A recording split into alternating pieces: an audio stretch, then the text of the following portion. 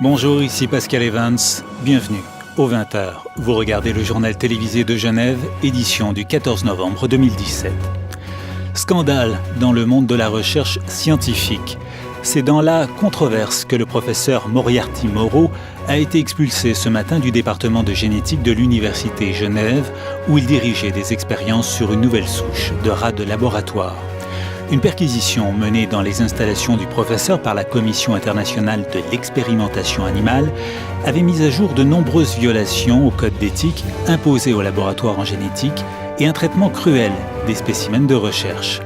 Dans son rapport rendu public aujourd'hui, la Commission révèle des pratiques qui font frémir d'horreur la communauté scientifique.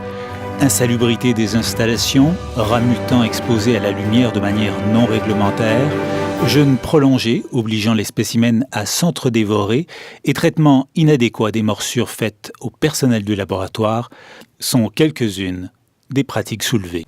C'est sûr qu'on est indigné par les révélations qui ont été contenues dans le rapport de la commission. Mais on est soulagé d'apprendre que le professeur Moriarty Moreau va être envoyé. Au moins, il sera plus capable de faire des expériences sur les animaux. Hey, les animaux, ils n'ont pas demandé ça, eux autres. Il faut qu'on les lâche tranquilles. Puis de toute façon, tous les experts s'entendent pour dire que des expériences comme ça, faites sur les animaux, ça n'a jamais fait progresser la santé humaine.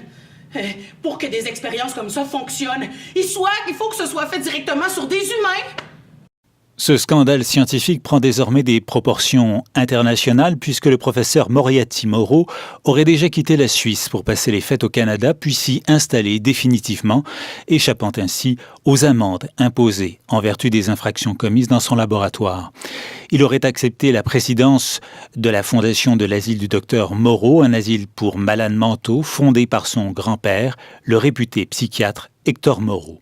Notre correspondante, Victor Valois. Depuis sa tendre enfance, Moriarty Moreau passe les vacances d'été et celles des fêtes à Québec auprès de son grand-père. Mais là, qu'il revienne vivre ici puis travailler à l'asile qui fait la fierté de la ville de Québec, tandis que le monde scientifique lui reproche de jouer avec ses sujets de recherche comme s'il s'agissait de cobayes à torturer, ça inquiète bien du monde, ça.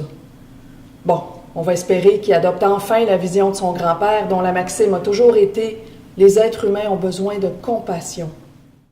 Soulignons qu'en conclusion de son rapport, la Commission internationale de l'expérimentation animale s'inquiète que des fuites accidentelles ou volontaires dans la nature de rats mutants et porteurs de pathogènes dangereux aient pu être possibles.